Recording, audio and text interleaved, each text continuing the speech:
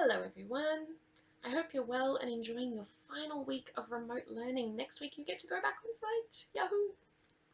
Today we're going to continue our exploration of rock band instruments by looking at the guitar. Now, I have the guitar here. I'm going to show you a few of the basics, but if you are watching this video thinking, oh, I don't own a guitar, how am I supposed to do this activity? That is totally fine, because we are going to explore an online guitar simulator that lets you play a guitar through your computer. First things first though, this is a guitar. As you can see, it has 6 strings. 1, 2, 3, 4, 5, 6.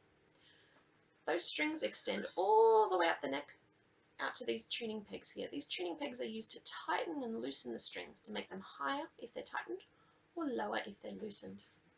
We can change the pitch of a string by pressing our fingers into these frets. See these little metal bars that run across the neck of the guitar? These are called frets.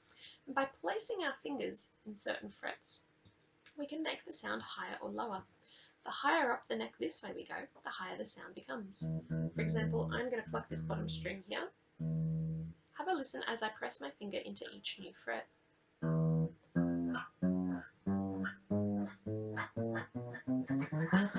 It gets higher and higher the further up the neck I go. Now, guitars can be played in a number of ways. They can play individual strings like that.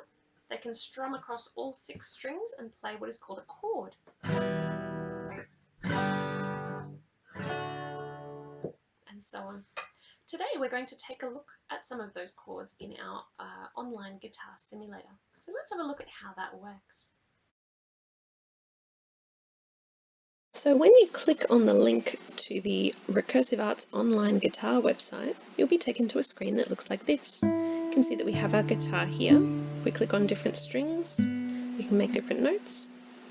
After you've played around with it for a second, I want you to come over here and click the chords switch on.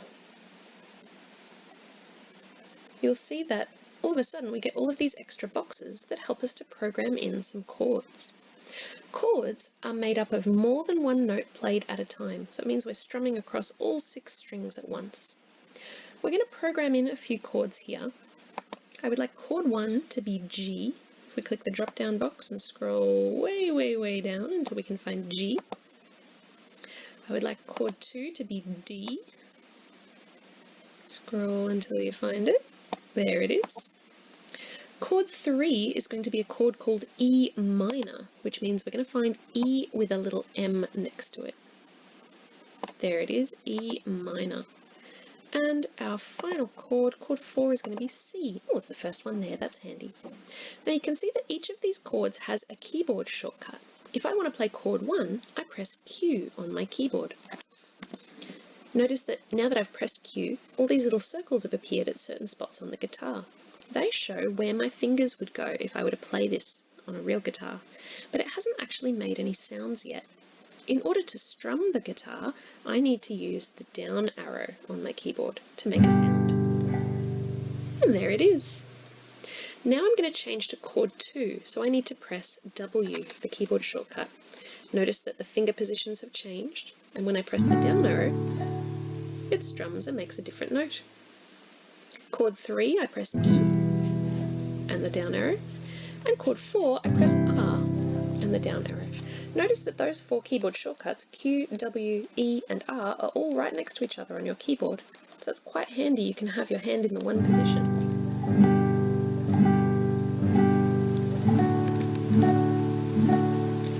See if you can do 4 strums on each chord.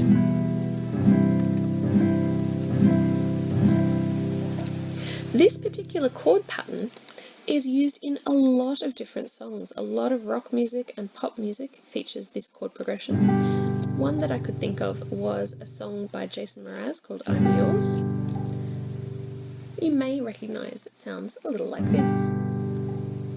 And I won't hesitate no more, no more. It cannot wait. I'm yours. And so on. But there are loads of other songs that fit this same chord progression. Have a play around with them. In fact, if you like, you can also Google the chords for other songs that you know, program in those chords here, and have a go at playing them. What I would like to see for this week's seesaw task is programming in those 4 chords, G, D, E minor, and C, and playing them in order.